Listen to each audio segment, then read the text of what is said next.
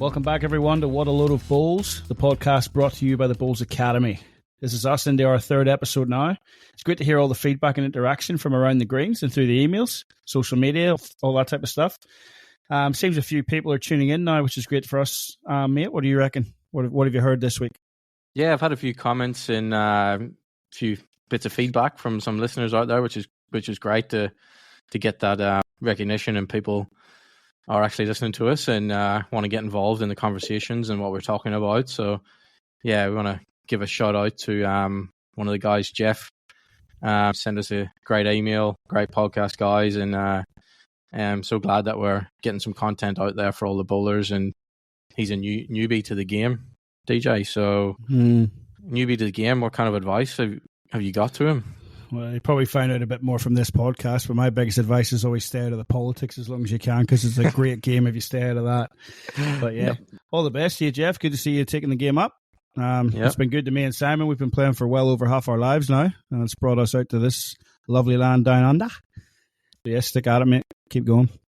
Good stuff, DJ. Yeah, so I guess, DJ, from, you've got plenty of wisdom from on and off the green in terms of admin and playing in competitions, and I know you've got plenty of thoughts on the administration side of our game, previously being involved in the Bowls New South Wales State Match Committee. So I believe this episode we're going to touch on a little bit of administration and how our game is structured and run throughout mainly Bowls New South Wales. That's what we're going to have a look at. But before we delve into that, you had your first taste of being a commentator on Platinum Pennants. How did that go? Yeah, not bad, mate. Obviously, can't be involved playing wise, which means that I'm still undefeated, unlike Tarn Point. So you're not good. You're not good enough for Platinum Pennants. Is that what we're telling the listeners out there? Still undefeated. Okay. But yes, mate, it was good to be asked to be involved. Get down to East Maitland, watch East Maitland against the Jets. I must say it's bit of a difference seeing the production behind the scenes. I had done the Interzone when we hosted it last year. Done that with Bowls New South Wales, with just Andrew Lynn doing the production side of things while trying to commentate and trying to run and everything. So it's good to take that away from the guys and actually let them enjoy the sport, focus on what they need to be doing. The production was well set up. I wasn't quite expecting to see a producer there running everybody through everything. Like he's obviously had a bit of experience in the game before. He was standing there before the game explaining the rules and everything to the cameramen, who are obviously new to the game and not quite understanding the rules and what they needed to be focused on. He was giving it to them, and we just sat on a table next to him watching off the screen, and he's sitting there all the time. He didn't stop speaking the whole time. Camera 1, 2, 3, zoom in here, zoom in there, let's get a shot of the other rink type of thing. So absolutely brilliant. There's a big improvement, I think, and from what I can gather from the people actually watching on Facebook and on YouTube, it's been a bit of an improvement from what they've been used to. So it was good. Give a shout out to Ben. I'm not even going to attempt your surname, Ben. I'm sorry. We'll get there eventually. But I do think Ben has a really good haircut as well, doesn't he? It's an interesting one. Yeah. Benny Two Shoes. Yeah. But no, mate, he's doing a really good job. I think and Ben himself will tell you that he's sort of learning on the job, especially around the production side of things. But not only that, the game itself, like Ben's not in the game as long as what a lot of us are, and he hasn't played at that top level yet, so he's still learning things from there. But the more he travels around, the more he's going to pick that up and things like that there. So it was good. It was good to talk to him off the camera and spend a bit of time with him. Yep. He's definitely, mate, he's got the game at heart, and he's keen as, and if he can keep learning and keep building what his role is at Bowls New South Wales, he's somebody that you do actually want to keep around there. I really think, because he's just so passionate about the game, and that's what we sort of lack at times. There's a lot of negativity around the game, but Benny's definitely not one of those. He loves the game. So yeah, big raps to Ben, and just the amount of travel he's undertaking at the minute, like, and trying to play the game himself as well. Like, it's nobody ever takes that into consideration. So good on him, mate. He's doing a very good job there. So hopefully we'll see that build and build and build. So we will. Yep. Awesome, Ben. Keep it up, big lad, and give a thumbs up from Simon and DJ here at the Bowls Academy. It doesn't get any better than that. That's it. Right, mate. That'll take us on to around the greens. So we're not going to go as big as what we did last week. We had a lot of focus on the Platinum Pennant, but we're not going to focus as much on that this week. As we said before, we're not a Bowls New South Wales podcast. We're doing our own thing. That was pretty epic. There was 3 games that I was very much interested in, man, and for obvious reasons. Three of those? Well, Friday night it was Tarrant Point against Mount Lewis, which turned out to be a 6-shot overall loss for Tarrant Point. Yes, and down 1-9. Yes, that was Saturday. hard. Saturday, they managed to bounce back, but over at Cabramatta. Somebody did call that last week on the podcast. I do believe so. Yes, I did call that. He did say he was going to do it on the grass, and they ended up playing on the carpet. But it was Cabramatta's first defeat of the season, and pretty comprehensive: 9-1, 69-38 overall. Yep, on their carpet. I do have to, say that we thought they were going to play on the grass, and we were ready to play on the grass, and obviously then we seen that they were going to play on the carpet, and oh no. Yeah, well maybe that relaxes. Who knows? But maybe it did. But Sunday then, mate, right back down to earth. Right back on the grass. Back on the grass at home against Wenty. Winless Wenty at the time, I believe.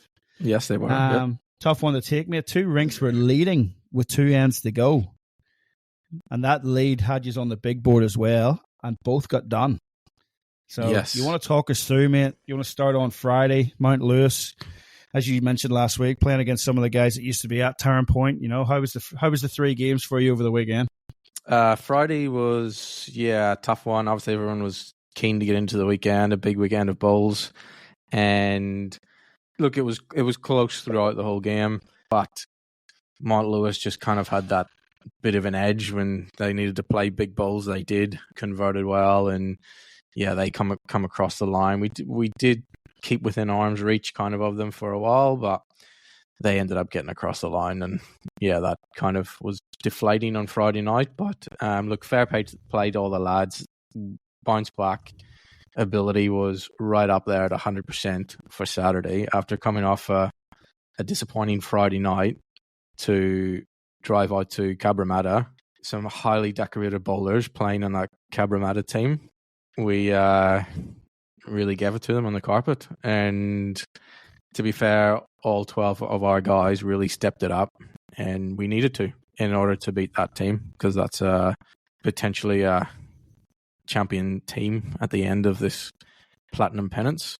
So to get not just a win but a 30-shot win was something really special for our guys. Like, I've went out to Cabramatta over my years playing pennants there, and I can't remember ever winning out at Cabramatta, to be honest. So that was a good bounce back ability game on the Saturday night. Nice. But as you say, straight back down to earth on the Sunday, and it was really close. 2 rinks were leading nearly the whole way, but as we all know, it's a 21 end game, not a 17, 18 or 19 end game, and you just have to be ruthless right to the end. And Wenty hung in there on 2 rinks, and they sneaked the lead on both rinks, and sadly it was our rink that had the greatest defeat of margin, which maybe cost the whole game in the end. But look, I guess if all rinks ended up going down, so it's a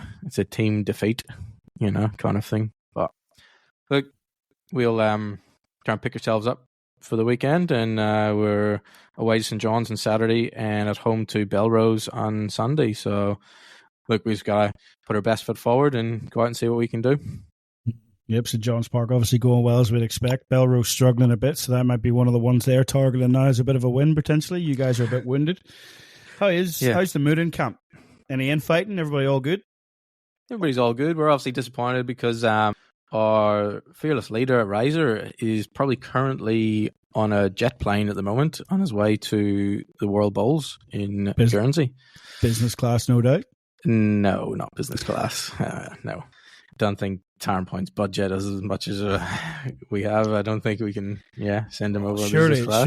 Surely that's on Bowls Australia's ticket, being an Australian representative. No. So we will be without Riser for the remainder of our games. So we've got Kate Walker, who's a state player, so she'll be stepping into the team, so she can no doubt handle the pressures of the elite competition. Well, just on that, mate, there's a few other shock results that weekend, or what you could perceive as shock results based on how the table was turning out. How'd they go? Yeah, I think the standout results of the weekend, Engadine stopped the Magic in the tracks, really, with a 10-0 win.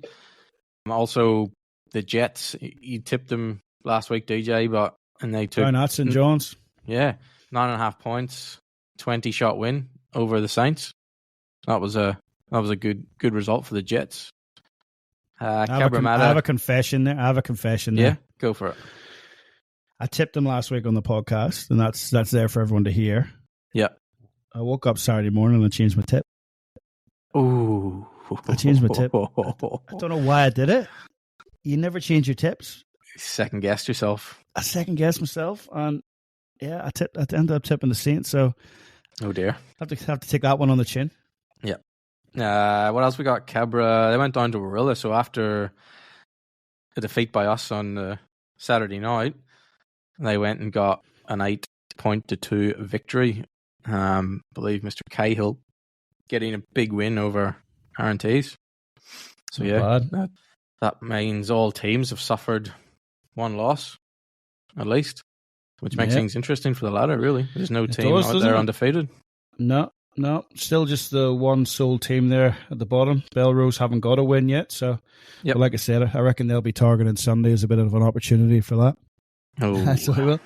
Raymond Terrace leading the way, 39.5 points from Cabramatta on 38.5, St. John's also on 38.5, and then Mount Lewis 35.5. And Warilla a little bit further back with the 2 losses. But yeah, I suppose it's starting to take shape a bit, isn't it, mate? Yeah, after 5 rounds.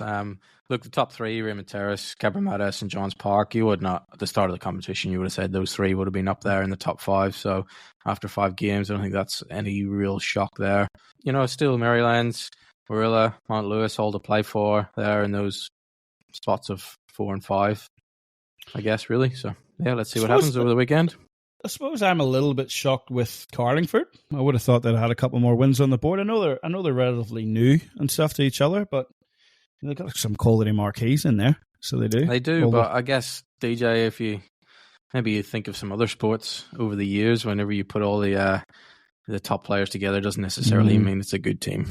Just shows you that you got to have that, that connection. Yep, and that sort of culture and team ethos, and everyone knows their role, and everyone's got to do their job. And yeah, that's something that's part of our game. That just because you've got 4 skips playing on the one rink doesn't mean it's the best rink out there. So absolutely, players playing in their position, and yeah, that's something in our game, definitely. Yeah.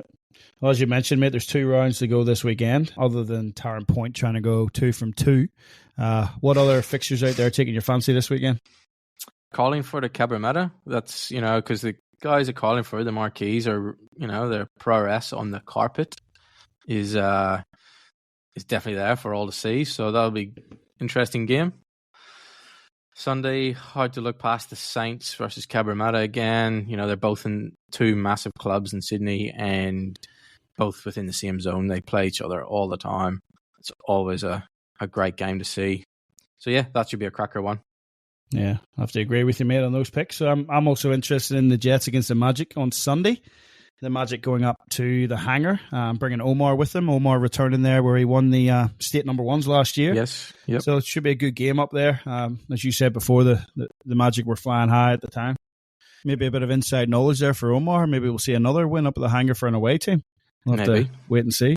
Yep. Something else a bit closer for home, as you mentioned, Ray Pearce from Tarrant Point off to the World Singles in Guernsey.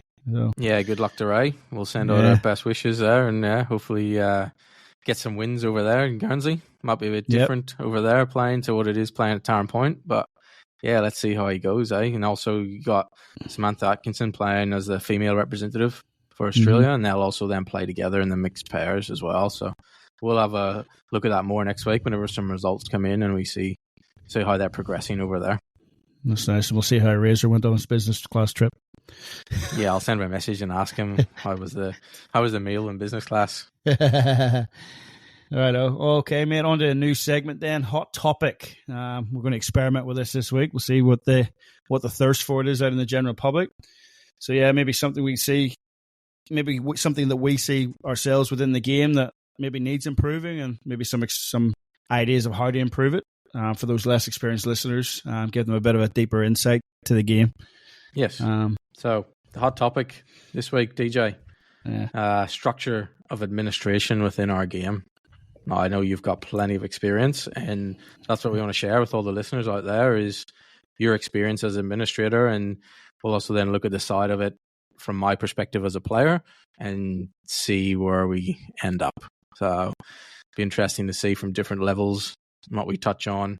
Plenty of opinions out there on the administration, as we all know what floats around the bowling greens of changes and how things should be run. And everyone's got great ideas, but the people that actually put forward those ideas and make things happen is completely different to the people out there that just talk about things. So anyway, we're going to the administration of our game. DJ, what's kind of the structure, just for those listeners out there, maybe those that aren't as familiar with the structure of bowls within New South Wales? What's kind of the levels of it, and where does it start at the top and where does it finish at the end? Give us a bit of an overview of that.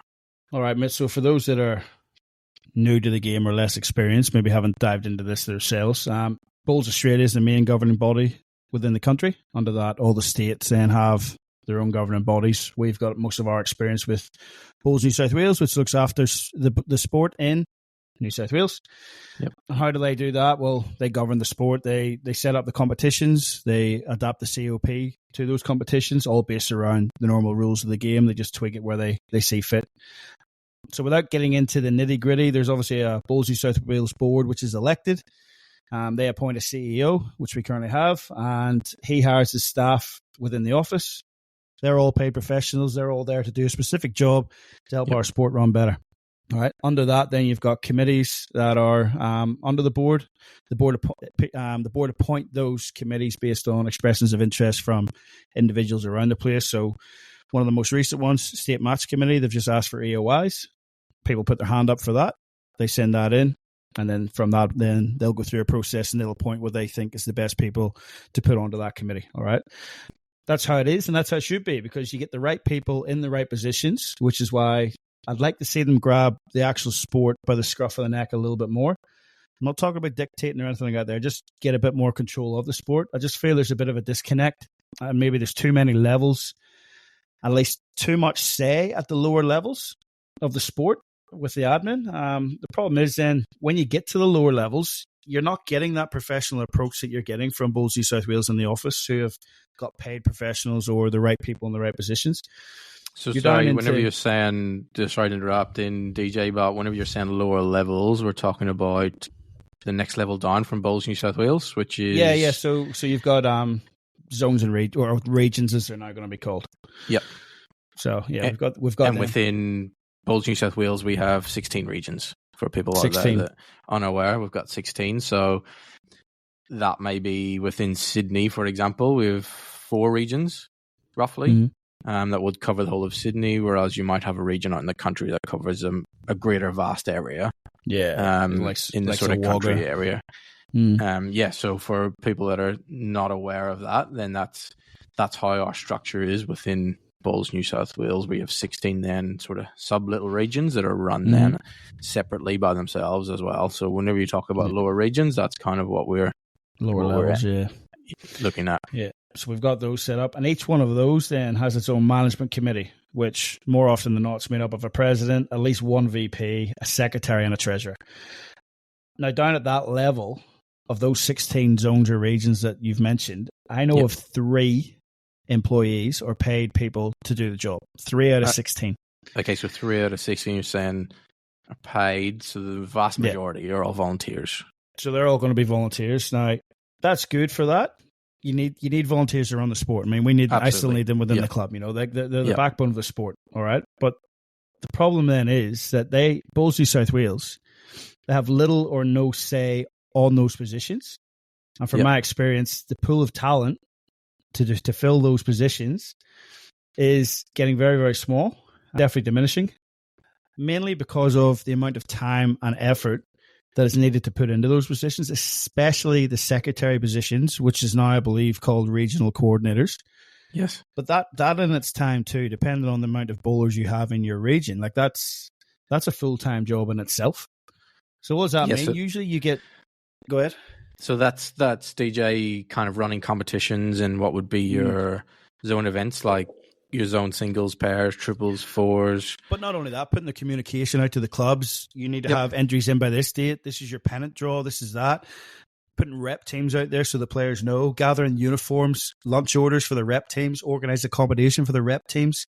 Like, yeah, that's a job in itself. Like a rep team's taking 12 people away plus all the hangers on. yeah. That's a big task. There's plenty of administration to do at that level. There's a lot. Like I find it tough to do at times, and I'm getting paid to do it. Like I've got the time to do it. Like, and these people are asked to do this on a voluntary basis. So, and like I said, the pool of talent's getting that bit smaller. So you're left with two options basically to get this. First one's is just you're down to earth, decent person, whether it be male or female, that just won't say no, just wants to help out. Maybe has the sport at the heart, but maybe their experience or knowledge, especially around computers and stuff, isn't where it needs to be to fill that void. Yes. Okay. So that's a person that just puts their hand up and says, I want to help in any way I can because I love the game of bowls. I love the area that I'm in or the club I'm at, the zone I'm at. I want to give back to the sport kind of thing. And that's too many people you're talking about. Too many other people within the zone are then standing back going, I'll just let them do it. I don't want to do it. I don't want to put the effort in, but I'm happy then to sit and criticize them for doing it.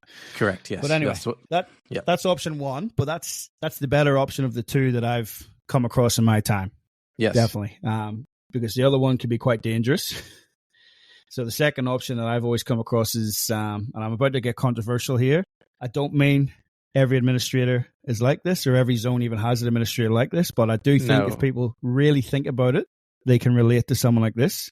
And that is your power hungry people. Yes. The people that want a title, they want to get free trips away. The sandwich brigade, as they're affectionately known at times. The blazer wearers. They don't have the sport at heart. All they've got at heart is self-preservation. How do I look? Give me a title type of thing. All right. So they're the ones that are dangerous. And this is why they get in then, because there's no screening process at Bowls New South Wales. Bowls New South Wales will find out from region 1 to 16. This is our management committee.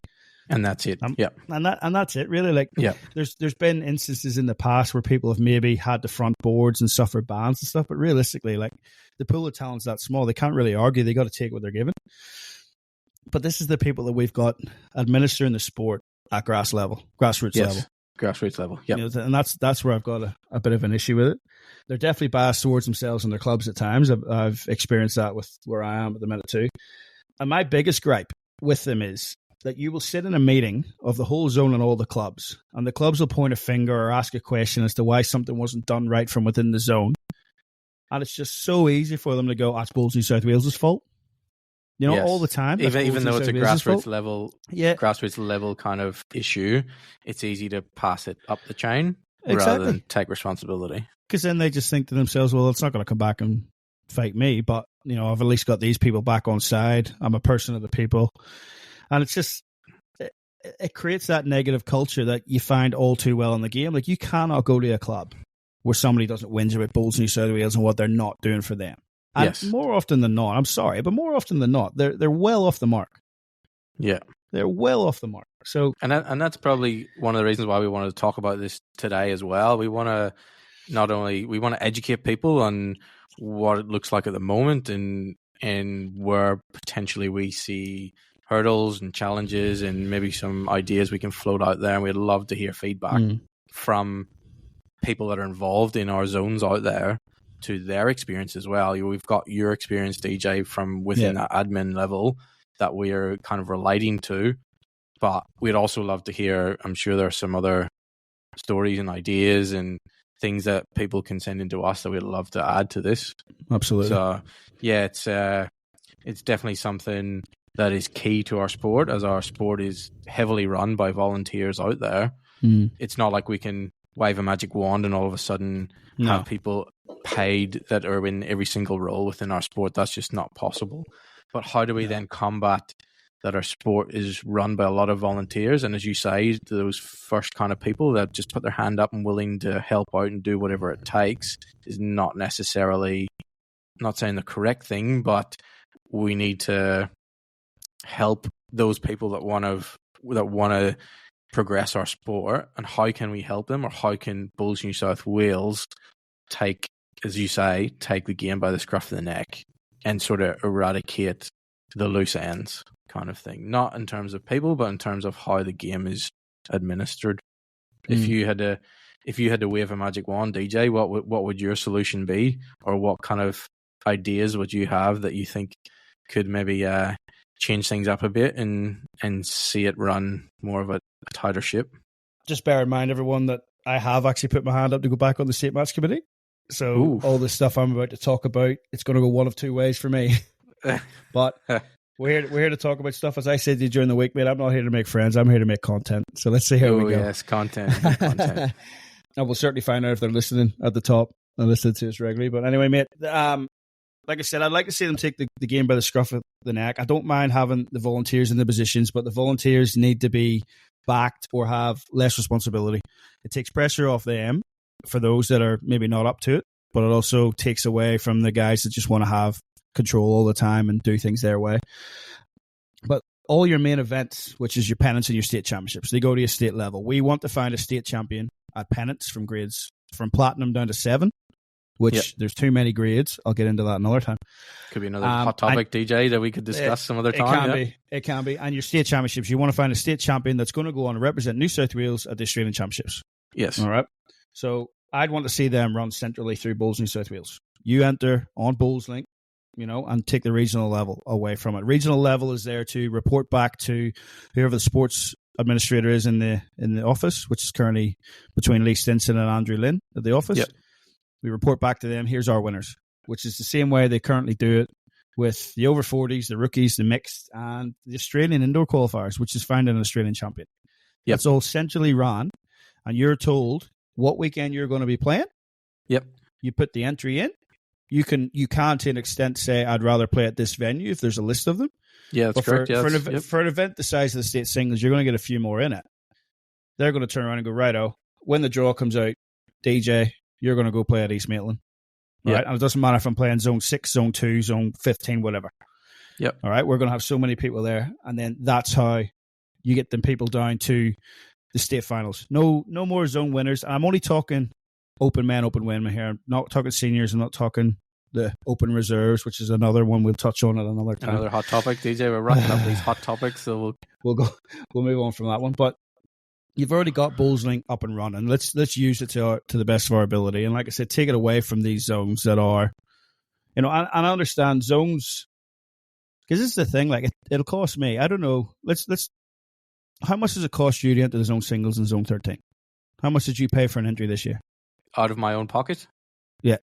Nothing. Well, what's the club pay then? No idea. No idea. It's not something that, as a member of Tyrone Point Bowls Club, you do not pay for your entries into zone events. Fair enough. So I know from, I'm sorry, people, this is unscripted, but I know from experience talking to some of the guys down there, you could pay $15, $20 to enter the zone singles, right? Because the zone make money from that, right? I pay $5. Again, club pays it for our members. Yeah, but ours is $5 to enter. So there's a discrepancy between what somebody pays in one area to another. So that's another thing of, there's no consistency in the running of the event. And that's what we're alluding to in terms of if that was taken then to a state level, that you would have a competition that's run exactly the same across the state. Based on what that entry fee could be, it might increase the prize money, which is another thing people complain about at the minute, because the prize money now in 2024 is way less than what it used to be. Okay, but that's for different reasons, and that is what it is. But if you put a consistent entry fee across the state, there's no reason you can't take a portion of that and say, right, you had X amount of entries from your region. Yep. Here's your percentage of the entry fees. Here's your percentage, and they still raise their money that way, because that's what the zones charge the entry fee for. That's what the zones charge the entry fees for. Yep. So you can still do all that, but I just think centrally run, no more zone winners. Okay. For state championships, just you play in an area, same as we do, like I said, with the over 40s and the mixed. I don't like the mixed playing from different clubs. I wouldn't have that. You still got to enter from someone from the same club. If Sydney have 150 entrants. Yes, they can have 7 qualifiers for the state finals. What's the number of the state qualifiers? 16, maybe 30, maybe you go to 32. Like that's something to dive into with the nitty gritty when you see the numbers of it and the logistics of it all. But I'd definitely like to see regional qualifiers at the state open events. What would we like to see as a goal? What do you think in our sport? We want to drive the participation in our events. Isn't that really a goal in anyone new coming into our game? We want to get them involved in these type of state events and get them playing against some of the best players out there. that's what will drive players that are really competitive to continue with our sport, which I think if you had regional sort of qualifiers for state events rather than zone events where you're playing the same players over and over again every year, same names kind of appear over and over again every year, would that open it up then if you're playing regional events that we get a different types of players sort of maybe qualifying for the state events? What do you think, DJ? Well, yeah, because you could get more than one entry from a zone. You could get more than one entry at state level from a club, which I have no issue with, because realistically, if Aaron Wilson and Cara Healy are good enough to qualify and they both play out of Cabramatta, or Don Heyman and Ellen Fife are both good at qualifying the women's for the state final and they both play out of the same region, let them play. Like, that's a better live stream event, having those 4 elite world champions playing at that level to showcase our game. And I'm not, but it challenges those other people from maybe the country regions, which is historically, there's a lesser pool of talent out there. Yes. It gives them something to fight to, because when you go to the state finals, instead of maybe jagging Ben Twist from Zone 12, you might be able to draw Ben Twist, Aaron Wilson, Dave Ferguson, whoever else from Zone 12, which is historically, that's where all the big names are with Cabramatta and Johns Park. I don't think I'm saying anything new to anyone. It's just the way it is. So I'm all for that. You know, I'd much rather see that. I think it's a better showcase for the game to have those name players, because somebody who's maybe not tuned into the New South Wales State Championships before might have tuned into the BPL and they recognize those names.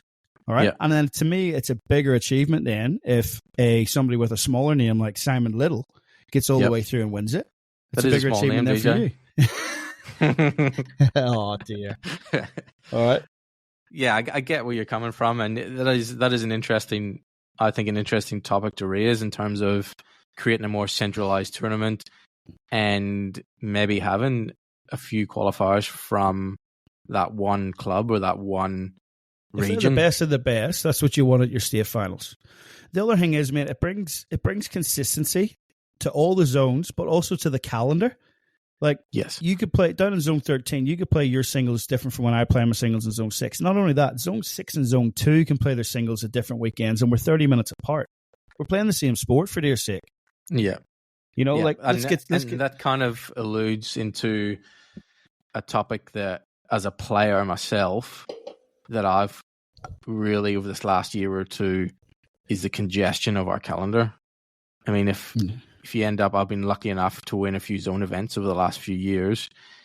And for people out there unaware of our zone events, usually a zone event may last 2 weekends, playing all day Saturday, all day Sunday, all day Saturday, all day Sunday for 2 weekends in a row. Now, if you look at singles, pairs, triples, fours, there's 8 weekends of your year taken up by playing zone events. If you do well and keep going through the knockout stages, not everyone does, obviously, but if you are a player that continues to strive and get better and want to do that, you're going to have to allocate 8 weekends of your year in order to try and get through to state championships, which is a big ask for people, especially those in the sort of middle-aged kind of age bracket that would have young families.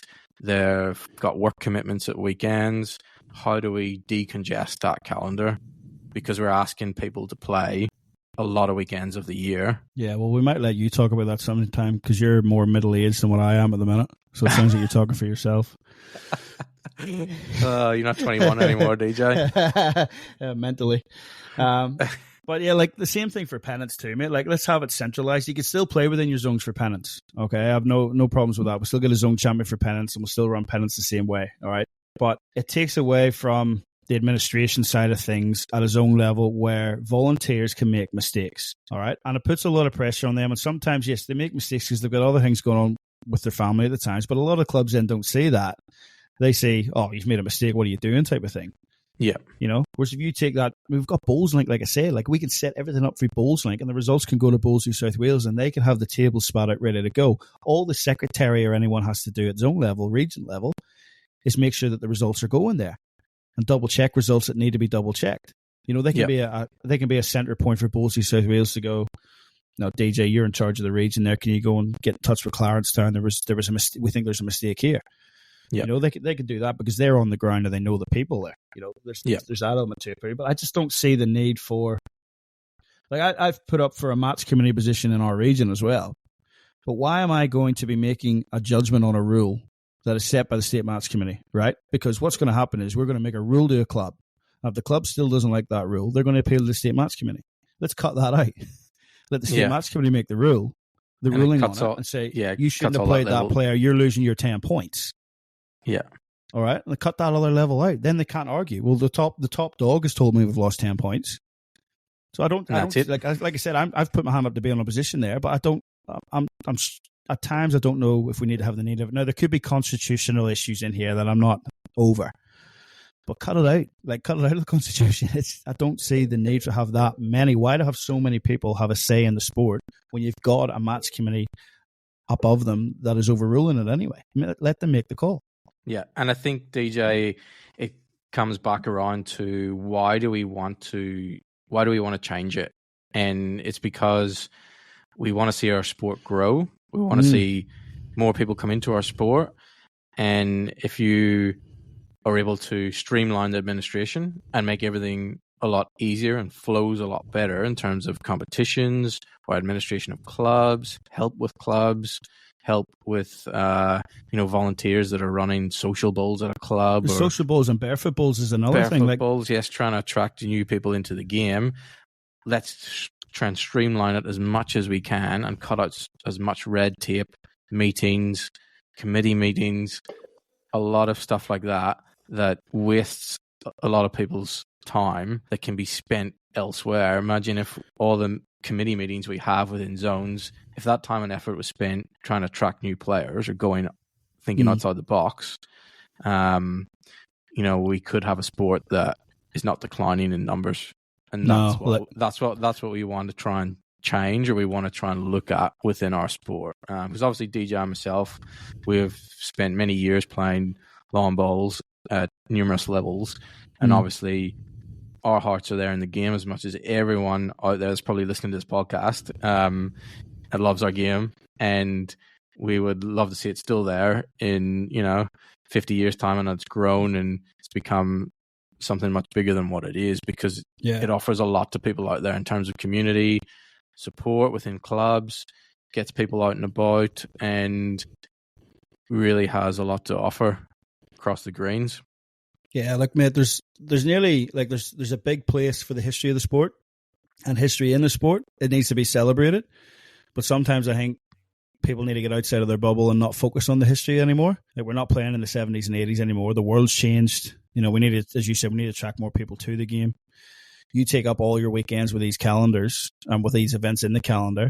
You don't have time to have people at the club to introduce people to barefoot, or barefoot's getting turned away because you've got an event on and you can't have it. So new players that are just playing social bowls can only play on a Saturday. Sometimes you're turning them away because you got club championships, you got zone championships, you got whatever tournaments on. So it's trying to streamline that. The calendar needs looked at, and it's been talked about for as long as I can remember, and there doesn't seem to be, and this is where the disconnect comes with Bowls Australia too, because for us to set a calendar at my level, which is base level because I'm at the club, right? You've got to wait for World Bowls to tell people what events are on, then you've got to wait for Bowls Australia to set their events, and then you wait for Bowls New South Wales to set their events, and then you wait for zones to set their events, and then I get to set my events. Then you get to set your club singles, pairs, triples, fours, whatever it may be. Whatever else they've played for 100 years and they want to keep playing. And if you don't put it on, you're in trouble. Yeah. There needs to be a transition away from the history of the sport. Not from the history of the sport. It's there to be celebrated, like I said, but people need to realize we're in 2024 now. The world's different, and we got to play the game different, and you got to adapt to survive at the end of the day. And the game at times looks like it is in survival mode, as you said, about the numbers dropping. You only have to look at the graph on the census from Bowls Australia to see how much it's dropped since the 80s. Yeah, and we're I guess within Australia, DJ, we are pretty lucky in terms of our club setups, and a lot of our clubs turn over money and we can pay, people like yourself to administer the bowls within the clubs. Let's look at it internationally to a lot of other countries out there that their sport of bowls is constantly run by volunteers. There are no paid people running that sport. No. And we are kind of the lucky country when it comes to bowls, and yet we're still having this discussion, DJ, in terms of administration, declining numbers, and it's not a good outlook for our sport if we're the best country out there, and yet the numbers are declining here in Australia as well, not just across the globe. It's certainly not all doom and gloom, don't get me wrong. It's still the greatest sport in the world, I think, social-wise to play, but we need to get more people into it. We still need to get more people into it. We just got to change how we do it. So I think, in all honesty.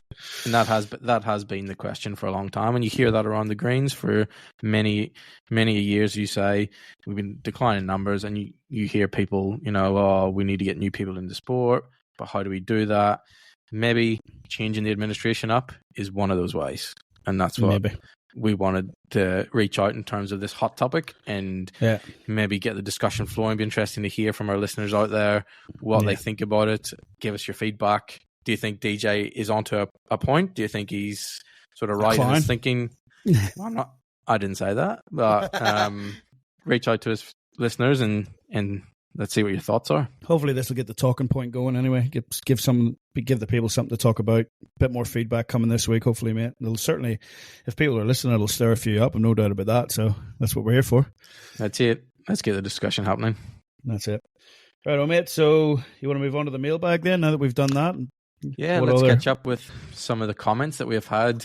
We had one on our YouTube channel, DJ. So for listeners out there, you can listen to episodes on YouTube. So even though it's voice only, we have it there on YouTube that you can listen to. So we haven't started the videos yet because we haven't found a decent filter for Simon. Once we get there, we might actually start video calling these things and recording them and putting them out on YouTube. What do you reckon, mate? I think we will. I think that's a step we will take in terms of some video. So just not appropriate filter yet. We'll have to. I'll have to look at the background here and make sure, we get some fake plants put in and some photos. Isn't that what they all do, isn't it? Yeah, it is, mate. It is, yeah. What does Joe Rogan do, DJ? We'll have to try and copy him. Nice. Yeah, that's it. So, and for people that don't know, I still get asked this one. Sorry to interject me, but I still get asked this one. People can't get their head around that we're not in the same room right now.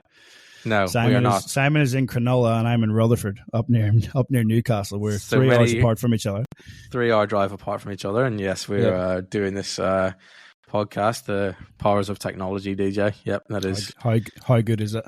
Yeah, it is. But anyway, mate, onto the mailbag. What have you got for us? What else have we got to talk about? Yeah, so we had a comment on YouTube, and it was sort of looking at how do you take the step if you're play a certain position all the time. How do you take the step to the next level? If you're a lead or you're a second, you want to go up a step, and how do we from a lead to a second, from a second to a third to a skip? And I want some ideas on how they go about that. So if you've been playing and you constantly play week in, week out as a lead, a lot of your bowls are played draw shots to the center line. That would be a fair comment, DJ, wouldn't it? Fair comment. As a lead, yep. Mm-hmm. As a second, you would expect that not all your shots are going to be to a draw on the center line, and that jack will have moved here and there as the balls come down the green and jacks get moved. So as a second, if you're stepping it up to a second, you got to play some draw shots to the center line and some draw shots to offset jacks that have been displaced. You look then at thirds, that number of draw shots to the center line will be even less, and you'll be playing more draw shots to the offset jack, and you'll be playing some up shots and maybe the odd drive. I know you're good on backhand drives, DJ, so that was your speciality, wasn't it? It's backhand everything at the minute. Backhand everything, okay. Maybe you need to work on, some purposeful practice on your forehand. Let's take a look at if you want to move to a certain position, let's make sure that you're practicing those shots that you're going to play in that position. So if you're a skip, the majority of your shots are going to be up shots. So those kind of shots with that yard, 2 yard, 3 yard on, or drives, and any draw shots are going to be a lot of the times to offset jacks. So don't go out and practice set a jack on the center line and practice 15 ends up and down with all your jacks on the center line if you're going to be playing second, third, or skip. Let's practice those shots for the position you're going to be playing. And that's sort of our sort of tip out there, that your practice sessions become more purposeful. So you're practicing what you're going to be playing week in, week out. So that was one of our comments on YouTube. And the other comment we had, DJ, was from Luke up in Brisbane. He said, "Hi guys, enjoying the podcast." Obviously, he's been listening to me, DJ, rather than you, because he's enjoying it.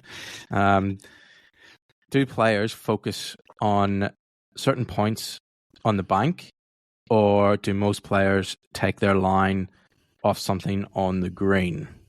So that's an age-old question that pops up every now and then. That what do I focus on when I'm taking my line? What do you do, DJ? Well, Luke, you really have to have a good look. So you do to start with. Well, that's not going to get listeners coming back, mate. You might cut that out. Now, mate, there's how many different ways to pick your line, and it's all down to what you're comfortable with. I mean, I know from experience, I've never the most I'll go to if I find an imperfection in the green, whether it be a darker blade of grass or something out there.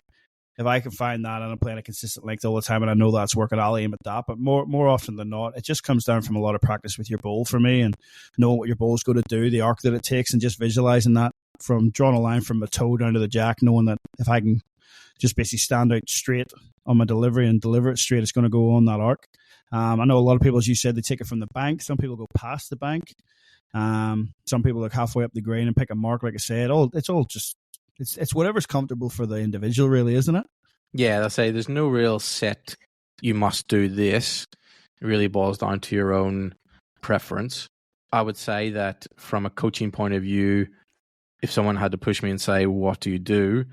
I would say to pick your tip of your arc, and that would be the line. So as the ball travels down the green, the tip of your arc, the widest point that ball is going to travel, that's usually what I would focus on. And that's as you say, I would visualize that arc of that ball that's going to take, and where the tip of that arc is, that's where I'd be aiming for, where you think the perfect line is. Okay, DJ, so that's basically it for this week from the mailbag. We've a couple of questions there. So if anyone has any other questions, just reach out to us. If it's anything technical in terms of a delivery or anything from the tactical side of our game, I'm sure there's going to be plenty of questions from your little rant about our zone administration. So let's see. Good on you. Okay, we'll say it's from your opinion out there and what you think it might need adjusted. So let's see what our listeners think out there, and we'd love to hear from you. Yeah, absolutely. Build this up each week. Hopefully there'll be a few more questions to answer next week. You know, there's always the saying that there's no such thing as a silly question, but I'm determined to find one. So if you want to send it in, I'll be sure to let you know if it's silly or not. Simon's a bit more politically correct than me, but yeah, if you think you've got a silly question, feel free to send that on too. We might send a couple of Bowls Academy Bowls cloths to our best silly question of the week. So yeah, that might be a good. We might have a little giveaway, listeners. So that's it. Send them in. And well, the more we know we're getting out there, mate, the more we're going to do these type of things. So if you are like the better interaction we get, the more that we know people are listening, we'll interact back with different promotions, like you said, and things like that there. So yeah, hopefully we get a few more next week. Hopefully you enjoyed that one. A little bit of a longer one this week. Simon's going to have a bit of editing to do now to get it out on time. So hopefully it is. Hopefully you're all still enjoying it. But that is it for this week. Be interested to see what we can talk with, what hot topic we can come up with next week, Simon. But hopefully a bit more in the coach's corner next week as well. And we are working on those player interviews as well. There's a few who've put their hands up. There's a few we've asked. We're just going to put some questions together to ask all our guests. So if you've got any questions you want to know from the top bowlers, maybe that line one's something we could add in there too, Simon, from the top guys. Absolutely. Yep. Luke can hear from themselves. But yeah, mate, that's it for this week. So as always, folks, keep that little disc on the inside and you'll hear from us next week. Yeah, good luck on the green, folks, and catch you later.